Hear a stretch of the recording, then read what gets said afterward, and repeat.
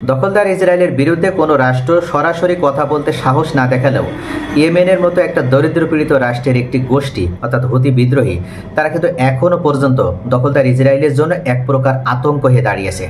হুতি বিদ্রোহীদের পক্ষ থেকে বলা হয়েছে, যতক্ষণ পর্যন্ত না শান্তিপূর্ণভাবে গাজা উপত্যকার দখল প্রত্যাহার না করবে, অবরোধ প্রত্যাহার না করবে এবং একটা স্থায়ী শান্তি চুক্তি না করবে দখলদার ইসরায়েলি বাহিনী, ততক্ষণ পর্যন্ত ইসরায়েলের বিরুদ্ধে হুতি বিদ্রোহীদের এই অব্যাহত যুদ্ধ পরিচালনা করবে তারা।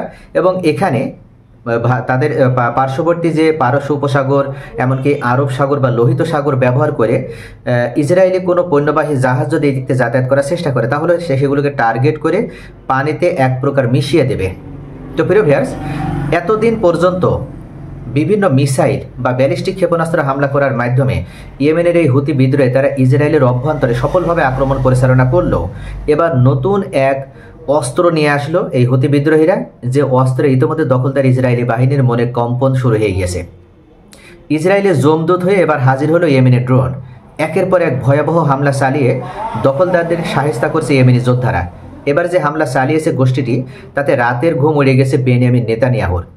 প্রতিরোধ যোদ্ধাদের ড্রোন বৃষ্টিতে নরক যন্ত্রণা নেমে এসেছে অধিকৃত অঞ্চলে। দখলদারদের অত্যাধুনিক প্রতিরক্ষা ব্যবস্থাও সেসব ড্রোনকে আটকাতে পারেনি। ফলে সামরিক স্থাপনাগুলোতে আশ্রয় পড়েছে ইয়েমেনি ড্রোন। ইয়েমেনি সশস্ত্র গোষ্ঠীর মুখপাত্র ইয়াহিয়া শারির বরাতে আল মায়াদিনে জানিয়েছে, ইসরায়েলের বিভিন্ন স্থাপনা লক্ষ্য করে 5টি ড্রোন হামলা চালিয়েছে হুতি। 2 ধাপে অধিকৃত অঞ্চলে এসব ড্রোন পাঠায় গোষ্ঠীটি। এর মধ্যে তেল আবিবের গুরুত্বপূর্ণ স্থাপনায় 2টি এবং আসকালান ও আল লাকাব অঞ্চলের সামরিক ঘাঁটিতে বাকি 3টি ড্রোন হামলা চালিয়েছে তারা। ইয়াহিয়া শারি জানিয়েছেন, তাদের নিক্ষেপ করা ড্রোন সফলভাবে লক্ষ্যবস্তুতে আঘাত এনেছে।